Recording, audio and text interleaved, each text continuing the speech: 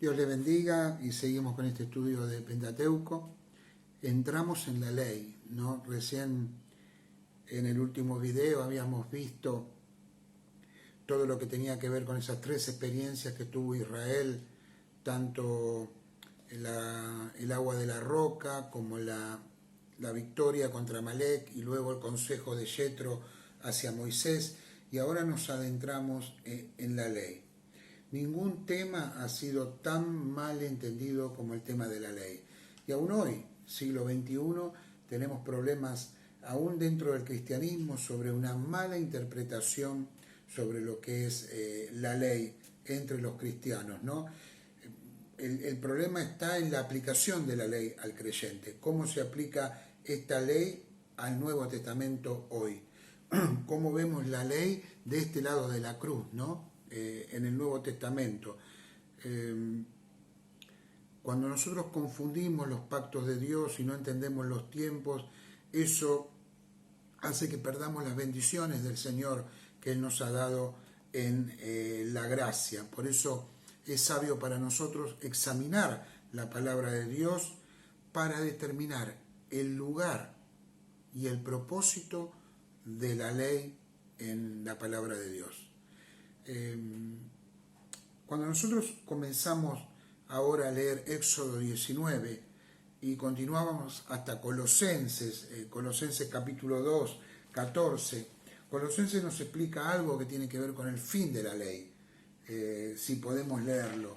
Ahí en Colosenses capítulo 2, versículo 14, dice el apóstol Pablo, inspirado por el Espíritu Santo, anulando, fíjense la palabra, anulando, dejando de lado el acta de los decretos que había contra nosotros, que nos era contraria, o sea, la ley nos acusaba, que nos era contraria, quitándola de en medio y clavándola en la cruz. Eso es lo que sucedió en la cruz del Calvario con la ley, con el acta de los decretos que había en contra nuestra. El pueblo de Dios, hasta la cruz de Cristo, estuvo bajo el sistema mosaico, ¿no? El sistema de la ley. Podríamos llamarle de diferentes maneras a la ley. La ley de Moisés, la ley a secas, o en algunos pasajes también la ley de Dios. Y esa ley se puede dividir también de algunas maneras. Por ejemplo, la ley moral, la que se refiere a los 10 mandamientos. También le podemos llamar la ley ceremonial, lo que tiene que ver con el templo, con el tabernáculo, con el sistema sacrificial, cómo se hacían los sacrificios, cómo era la liturgia en el tabernáculo y luego en el templo. Y también la ley civil, que tenía que ver con las leyes cotidianas del pueblo que gobernaban las vidas de las personas. Entonces la ley podemos dividirla en ley moral, ley ceremonial y ley civil. Tenemos que entender que en el desierto Israel era una teocracia, entonces toda la ley para asignar cómo debía vivir el pueblo salía de la ley. Inclusive aún en la monarquía los reyes debían seguir la ley, ¿no? Algunos no lo hicieron, pero los reyes debían seguir la ley. ¿Para qué está la ley? ¿Para qué fue promulgada la ley? Vamos a verlo tranquilamente, analizarlo un poco. Primero lo que tenemos que decir es que Dios no dio la ley para salvar a alguien. La ley no salva a nadie. La ley no puede salvar a nadie porque es imposible que una persona se salve guardando la ley. Porque en algún momento de su vida esa ley se quiebra o esa ley no se cumple. Vamos a ver en el libro de Gálatas, Gálatas capítulo 3, versículo 11. Gálatas 3:11 dice, y que por la ley ninguno se justifica. Que por la ley ninguno se justifica para con Dios, es evidente porque el justo por la fe vivirá, ¿no? Este precioso pasaje que nos dice que ninguno de nosotros podemos justificarnos ante Dios por la ley. El justo, el que ha sido justificado por la fe, por creer en el sacrificio de Cristo en la cruz del Calvario, por habernos arrepentido de nuestros pecados, y el Espíritu Santo vino a morar en nuestra vida, hemos tenido nueva vida, hemos nacido de nuevo, por eso somos justificados, y el justo por la fe vivirá, no por la ley. Entonces, ¿para qué Dios nos dio la ley? Quiero leerles un versículo más para un poco afirmar lo que acabamos de hablar sobre la justificación por las obras o por la gracia, ¿no? En Romanos capítulo 3, versículo 20 dice, ya que por las obras de la ley ningún ser humano será justificado delante de él.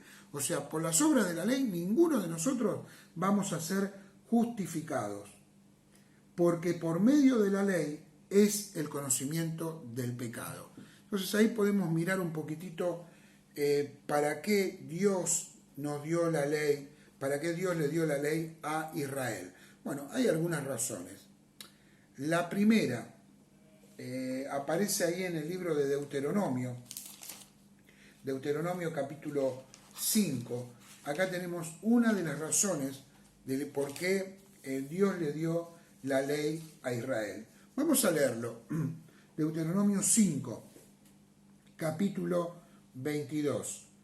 Estas palabras habló Jehová a toda vuestra congregación en el monte. Después vamos a leer ese pasaje que me pareció revelador. Estas palabras habló Jehová a toda vuestra congregación en el monte, de en medio del fuego de la nube y de la oscuridad, a gran voz, y no añadió más, y las escribió en 2 tablas de piedra, las cuales me dio a mí. Y aconteció que cuando vosotros oísteis la voz de en medio de las tinieblas, y visteis el monte que ardía en fuego, y vinisteis a mí, todos los príncipes de vuestras tribus y vuestros ancianos, y dijisteis, he aquí Jehová nuestro Dios nos ha mostrado su gloria y su grandeza, y hemos oído su voz de en medio del fuego. Hoy hemos visto que Jehová habla al hombre, y éste aún vive. Fíjense qué interesante lo que dice. Porque, ¿qué es el hombre? Perdón, ahora pues, ¿por qué vamos a morir? Porque este gran fuego nos consumirá, si oyéremos otra vez la voz de Jehová nuestro Dios, moriremos. Porque ¿qué es el hombre para que oiga la voz de Dios, viviente que habla en medio del fuego, como nosotros la oímos y aún viva? Acércate tú y oye todas las cosas que dijere Jehová nuestro Dios, y tú nos dirás todo lo que Jehová nuestro Dios te dijere, y nosotros oiremos y haremos, ¿no? El pueblo está enviando a Moisés a que hable con Dios. Y oyó Jehová la voz de vuestras palabras cuando me hablabais, y me dijo Jehová, he oído la voz de las palabras de este pueblo, que ellos te han hablado. Bien está todo lo que han dicho. ¿Para qué Dios envió la ley? Acá lo dice perfectamente. Para revelar su gloria y para revelar sobre todo su santidad.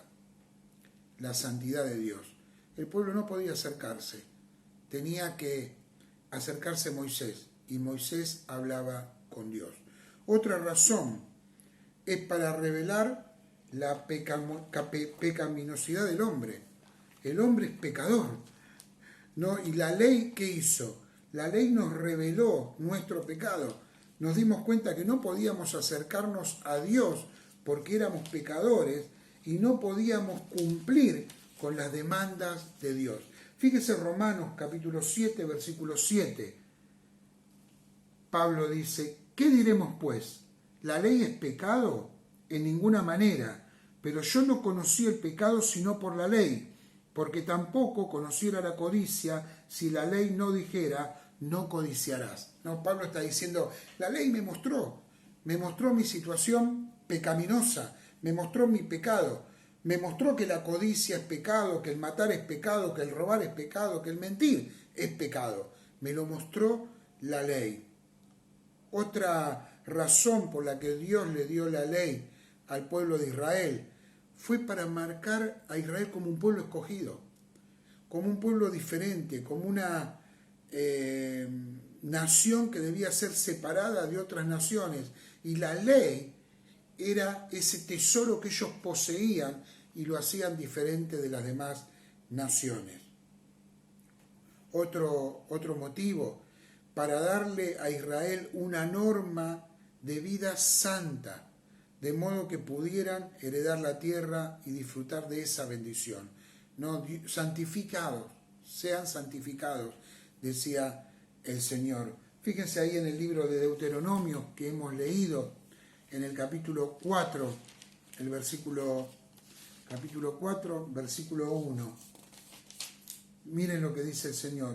Ahora pues, oh Israel, oye los estatutos y decretos que yo os enseño, para que os los ejecutéis y viváis, y entréis y poseáis la tierra que Jehová, el Dios de vuestros padres, os da.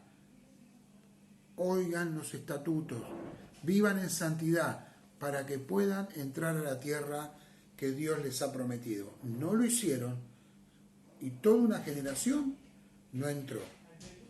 Así de santa, así de firme es la ley de nuestro Señor. También fue dada la ley con todos sus tipos, su tipología, para preparar a Israel para la venida de Cristo. Volvemos ahí al libro de los Gálatas, donde habíamos leído antes, en Gálatas, y nos dice algo muy, muy interesante para nosotros. Gálatas capítulo 3, versículo 24 dice: de manera que la ley ha sido nuestro ayo para llevarnos a Cristo, a fin de que fuéramos justificados por la fe. Y es extraño, ¿no? Dice, la ley es nuestro ayo para llevarnos a Cristo, para ser justificados por la ley. O sea, es como que la ley se queda en la puerta, llega hasta ahí, pero después somos justificados por la fe. Nos lleva hasta la puerta de Cristo, pero cuando entramos a Cristo somos justificados por la fe. ¿Qué es un ayo? Bueno, el ayo era un esclavo capacitado para enseñar al hijo de una persona y llevarlo a la vida adulta, ¿no? Era ese esclavo que le enseñaba todas las cosas. Cuando el hijo maduraba y entraba a la edad adulta, recibía la herencia del padre, y el ayo que lo había preparado ya no hacía más falta, porque ese hijo había recibido la herencia. Lo mismo sucede con la ley. No nos hace más falta la ley porque hemos recibido la herencia. Ya como hijos hemos recibido la herencia del Padre. Israel tenía ese ayo que lo llevaba, ¿no? Y que llevaba la ley y fue preparado para la herencia, para la venida de Cristo.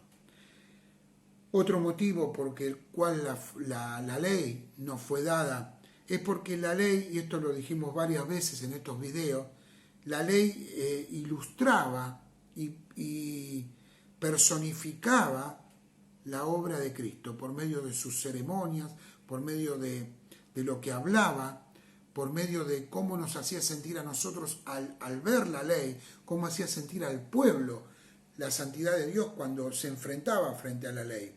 Es como si la ley se comparara con un espejo que va mostrando todos nuestros pecados, ¿no? Es un espejo que nos muestra cómo en realidad somos. Este tema de lo virtual hace que nos estemos mirando mucho, porque cuando uno está mirando la cámara refleja lo que uno es, ¿no? Y uno se da cuenta que ha envejecido, o que ha cambiado, o si tiene una lastimadura. Uno lo va viendo por medio de esta pantalla que pareciera como un espejo. Pero acá dice que la ley es comparada a un espejo. Miren en Santiago, capítulo 1, versículo 22. Santiago 1, 22 dice: pero sed hacedores de la palabra y no tan solamente oidores, engañándoos a vosotros mismos. Y acá dice: porque si alguno es oidor de la palabra y no tan solamente, y no hacedor de ella, este es semejante al hombre que considera en un espejo su rostro natural, ¿no? Considera en un espejo su rostro natural, porque él se considera a sí mismo y se va y se olvida luego cómo era. O sea, mira su rostro y luego se olvida de cómo era.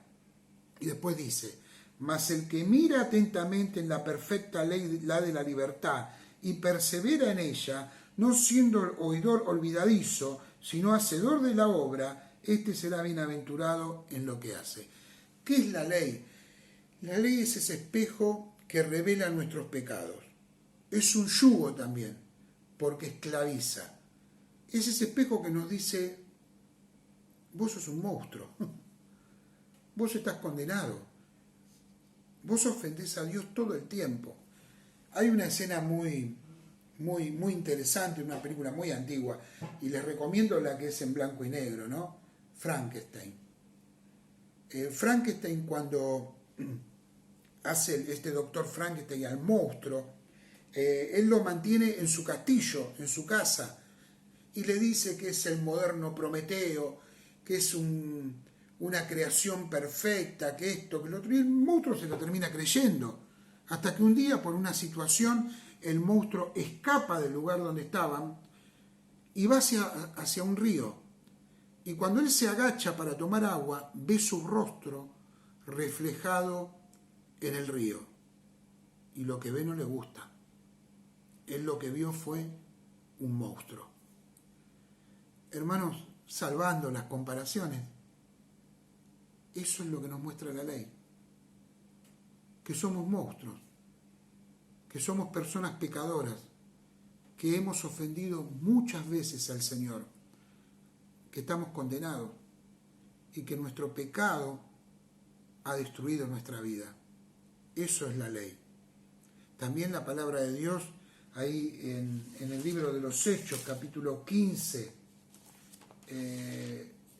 versículo 10, ahí en el famoso concilio de Jerusalén, capítulo 15, versículo 10, nos da otra pauta de lo que es la ley.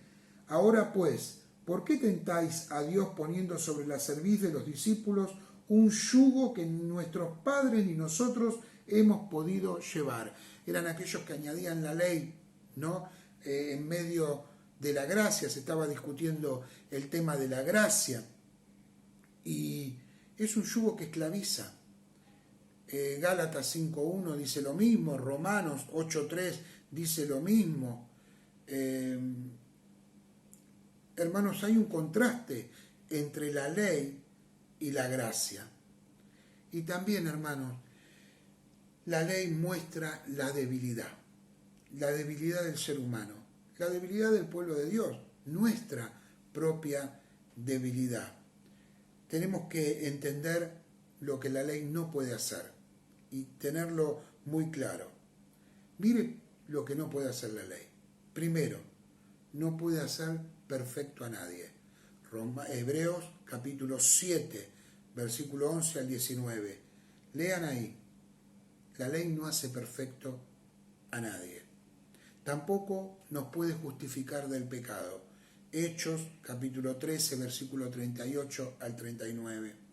No puede darnos justicia, justificarnos. Creo que lo hemos leído, Gálatas capítulo 2, versículo 21. No puede traer paz a nuestro corazón. La ley no nos puede traer paz a nuestro corazón. Lean Hebreos capítulo 9, versículo 9. Y tampoco la ley puede darnos vida. Solo Cristo puede darnos vida. Fíjense Gálatas capítulo 3, versículo 21. Luego, ¿la ley es contraria a las promesas de Dios? En ninguna manera, porque si la ley dada pudiera vivificar, la justicia fuera verdaderamente por la ley. O sea, lo que está diciendo acá el apóstol Pablo, si la ley pudiera justificar, entonces la justicia vendría por la ley. Pero la justicia no viene por la ley. La justicia viene por Cristo, por el sacrificio de Cristo en la cruz del Calvario. Y hermanos, rápidamente algo, el cristiano y la ley.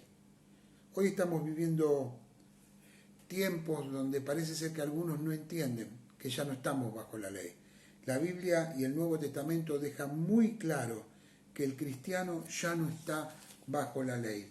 Fíjense el libro de Romanos, el apóstol Pablo, inspirado por el Espíritu Santo, ahí en Romanos capítulo 6, versículo 14, dice, porque el pecado no se enseñoreará de vosotros, pues no estáis bajo la ley, sino bajo la gracia. Nosotros vivimos bajo la esfera de la gracia y en Cristo hemos muerto a la ley. Fíjese Romanos capítulo 7, versículo 1 al 4. ¿Acaso ignoráis, hermanos, pues hablo con los que conocen la ley? Le está hablando a los judíos, ¿no? Que la ley se enseñorea del hombre entre tanto que éste vive, porque la mujer casada está sujeta por la ley al marido, mientras éste vive, pero si el marido muere, ella queda libre de la ley del marido. Así que si en vida del marido se uniere a otro varón, será llamada adúltera, pero si su marido muriere, es libre de esa ley, de tal manera que si se uniere a otro marido no será adúltero. Así también vosotros, hermanos míos, habéis muerto a la ley mediante el cuerpo de Cristo, para que seáis de otro, del que resucitó de los muertos, a fin de que llevemos fruto para Dios. La ley no tiene injerencia en nuestra salvación, en nuestra vida cristiana, como medio para la salvación, como medio para vivir la vida cristiana. No debemos enredarnos de nuevo en la esclavitud de la ley. Gálatas capítulo 5, versículos 1 al 4, también nos habla de eso. Y quiero leérselo porque es importante, porque hoy estamos viviendo tiempos donde vemos un gran número de creyentes que se han judaizado, ¿no? Que hablan del Sabbat y hablan de otras cosas. Y la ley y la palabra nos está diciendo que ya no estamos bajo la esclavitud de la ley. Gálatas capítulo 5, versículo 1 al 4. Estad firmes en la libertad, dice el apóstol Pablo. Estad firmes en la libertad con que Cristo nos hizo libre y no estéis otra vez sujetos al yugo de esclavitud. He aquí, yo Pablo os digo que si os circuncidáis, de nada os aprovechará Cristo. Y otra vez testifico a todo hombre que se circuncida, que está obligado a guardar toda la ley. De Cristo os desligasteis, los que por la ley os justificáis, de la gracia habéis caído. ¡Qué tremendo! Hoy muchos están mandando a cumplir ritos judaicos cuando la Biblia nos dice claramente que nos hemos desligado de la ley. Y si cumplimos la ley, nos desligamos de Cristo y nos caemos de la gracia. Hermanos, no hay forma de entender esto de la manera en que se entiende. Caer de la esfera de la gracia. Vivir como un siervo y no como un hijo. Somos siervos del Señor en el servicio, pero somos sus hijos. Él nos adoptó como sus hijos. Ahora, esto significa de que el cristiano no tiene que andar en la ley o no puede ignorar las exigencias de santidad de Dios. Andar en la ley es una cosa e ignorar las exigencias santas de Dios es otra completamente. Nosotros andamos en la gracia, pero la ley tiene vigencia en lo moral, en lo que tiene que ver con la santidad y con el vivir del cristiano. y no toda la ley. Ahora vamos a ver. Hermanos, los enemigos de Pablo lo acusaron de que él negaba la ley porque enfatizaba la posición gloriosa que tenemos en Cristo por medio de la gracia. Volvamos al libro de Romanos. Ahí en Romanos capítulo 6, versículo 1. Esto es muy tremendo lo que dice Pablo. Dice, ¿qué pues diremos?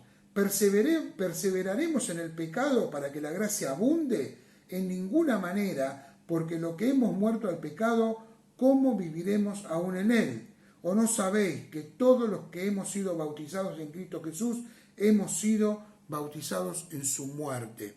¿Qué está diciendo acá el apóstol Pablo? Es que nosotros ya no vivimos según la ley, sino vivimos según la gracia. Nuestra posición es que vivimos en santidad para que la gracia abunde. O sea, no estamos viviendo en santidad para ser salvos, sino porque nosotros vivimos en la gracia y hemos muerto al pecado. ¿Para qué vamos a vivir en el pecado? Eso es obra del Espíritu Santo en nuestra vida. Regresar a la ley, hermanos, regresar a las sombras, porque la ley era una sombra de lo que iba a venir. Elegir la esclavitud en vez de la libertad es abandonar la gracia, es caernos de la gracia. La ley significa que debemos agradar a Dios y hacer algo para agradarlo. La gracia significa que Dios obra en nosotros para cumplir su voluntad. Si lo amamos, si queremos que Él esté gozoso con nuestra vida, pero hemos sido salvos. El Señor nos ha salvado. Somos salvos por fe, no por obras. Vamos a mirar los 10 mandamientos y vamos a verlos hoy. Yo se los voy a citar y les voy a dar algunos pasajes del Nuevo Testamento donde esos 10 mandamientos tienen esa vigencia moral, ¿no?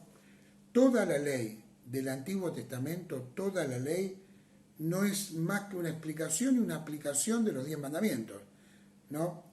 9 de esos 10 mandamientos se repiten en el Nuevo Testamento como norma moral para los creyentes hoy. 9 de 10. 9. Vamos a ver cuál es el 10º, el que falta.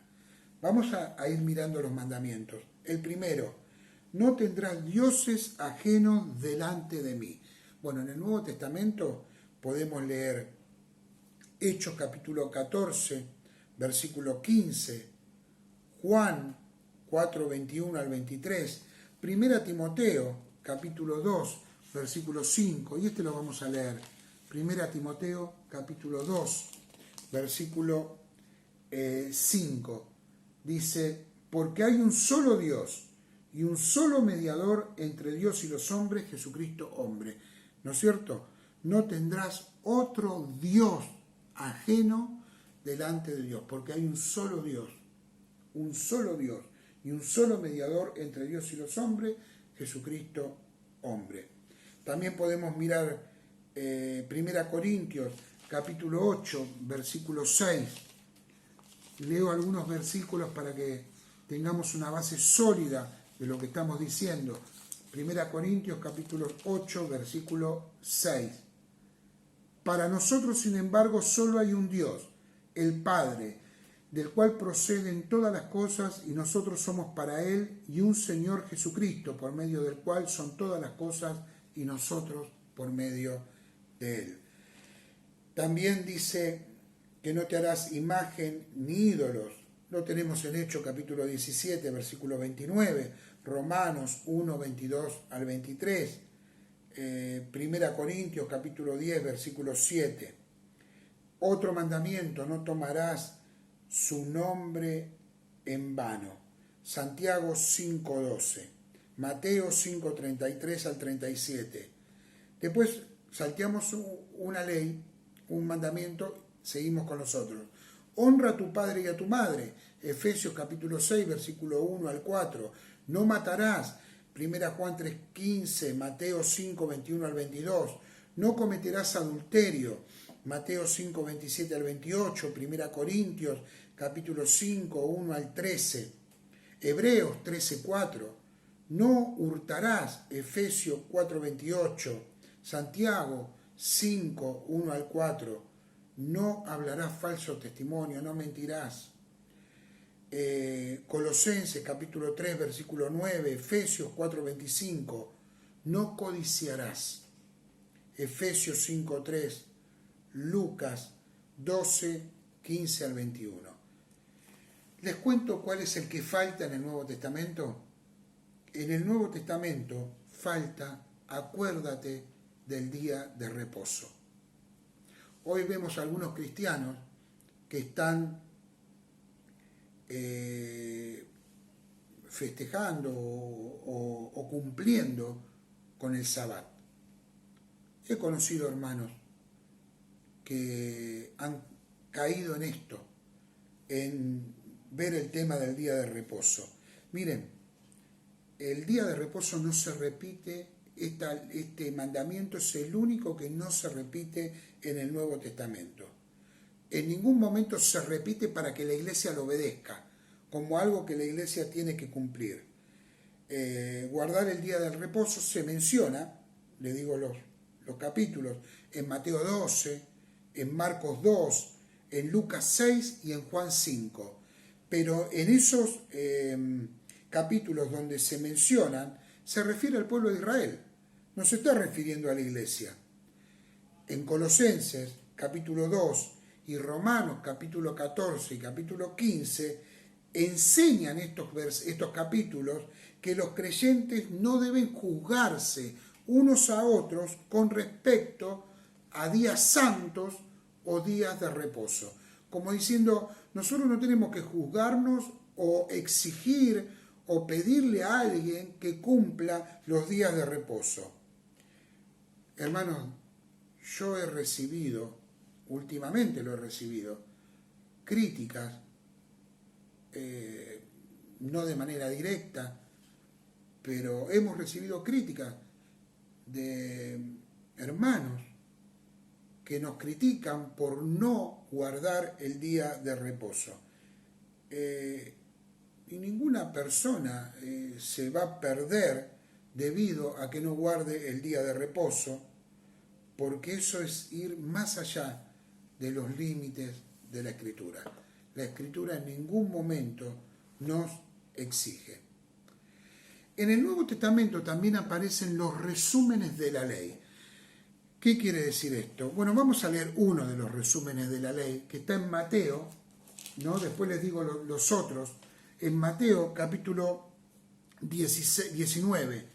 En Mateo 19, acá el Señor hace un resumen de la ley, ¿no? Resume la ley. ¿En qué está resumida la ley? Mateo capítulo 19 dice,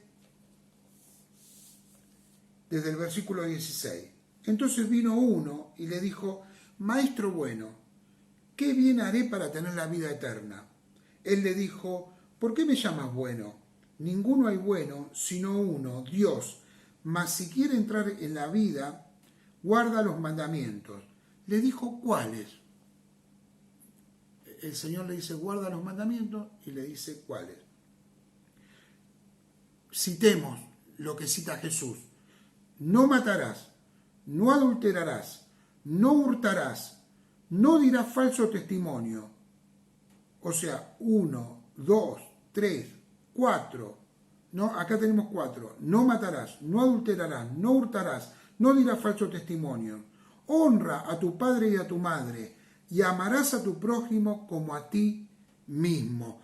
Acá tenemos 6 mandamientos que aparecen acá en este resumen. El joven le dijo, todo esto lo he guardado desde mi juventud, ¿qué más me falta? ¿No? Entonces le dice, vende todo lo que tienes a los pobres y sígueme. Acá cita 6 mandamientos el Señor y no cita el del día de reposo. No lo cita. Cita el no matar, el no adulterar, el no hurtar, el no decir falso testimonio, el honrar al padre y a la madre y amar a tu prójimo como a ti mismo. 6 mandamientos. No sé si hay tiempo para leer los otros resúmenes, pero vamos a verlo porque me parece que esto es importante para aquellos que quieren imponer que los cristianos guarden el día de reposo. Mateo 10, versículo 17. Al salir él para seguir su camino, vino uno corriendo e hincando la rodilla delante de él, le preguntó: Maestro bueno, ¿qué haré para heredar la vida eterna? La misma situación. Jesús le dijo: ¿por qué me llamas bueno? Ninguno es bueno sino uno, Dios. Los mandamientos sabes: no adulteres, no mates, no hurtes, no digas falso testimonio, no defraudes, honra a tu padre y a tu madre, y ahí cita 6 también. Ahora, no está tampoco guardar el día de reposo. Vamos a otro resumen que está en Lucas capítulo 18. Lucas capítulo 18 nos da otro resumen de la ley, todos dados por el Señor. Capítulo 18, versículo 18. Otra vez la historia del joven rico. Dice: ¿por qué me llamas bueno? Ninguno es bueno sino solo Dios. Es interesante que aparece en estos 3 evangelios, y tenemos otra situación en el evangelio de Juan. Los mandamientos saben: no adulterarás, no matarás, no hurtarás, no dirás falso testimonio, honra a tu padre y a tu madre. No cita el día de reposo. Y vamos al último que tenemos, que está... vamos a ver un resumen de la ley. Ya hemos visto el Señor Jesús, pero vamos a ver un resumen de la ley de las cartas de Romanos, por ejemplo. El apóstol Pablo, en Romanos, capítulo 13, nos da también un resumen de la ley. Y en este resumen de la ley, que está en Romanos 13, versículo 8, dice: no debáis a nadie nada, sino el amaros unos a otros, porque el que ama al prójimo ha cumplido la ley. Y después dice Pablo: porque no adulterarás, no matarás, no hurtarás, no dirás falso testimonio, no codiciarás. Y cualquier otro mandamiento en esta sentencia se resume: amarás a tu prójimo como a ti mismo. Otra vez vemos que en los 9 mandamientos el amor es el paradigma, es lo básico. Y es lo básico para el cristiano de hoy. Según Juan 13, nosotros debemos amarnos. Y este amor se derrama a nosotros por el Espíritu Santo. Entonces, en ningún momento, hermanos, el Sabbat se debe cumplir. El día de reposo, hermanos, simbolizaba algo. Primero, en un recordatorio de que Dios había descansado en el 7º día, que Él había descansado. Segundo, también el Señor dice que el día de reposo no fue hecho para el hombre, que el hombre no fue hecho para el día de reposo, sino el día de reposo para el hombre, ¿no? Es como que el día de reposo era como un descanso, ¿no? Un descanso. Y, a ver, tanto el Sabbat como los sacrificios, como las leyes de comer, sacando las que el Concilio de Jerusalén sigue permitiendo, como el ahogado en sangre, el sacerdocio y los servicios del tabernáculo, todas esas cosas fueron descartadas en Cristo. Hermanos, tengamos cuidado con el tema de los judaizantes. Tengamos cuidado con hermanos que nacieron en Pompeya y hablan en hebreo. Dios eso lo venció en la cruz del Calvario. Y hay todo un libro del Nuevo Testamento, el libro de Gálatas, que nos advierte y nos dice que podemos caer de la gracia. ¿Para qué volver a lo que ya ha sido dado por caduco, por viejo? Vivimos en la gracia del Señor. No pisoteemos la gracia del Señor. Dios le bendiga y seguimos en el próximo video.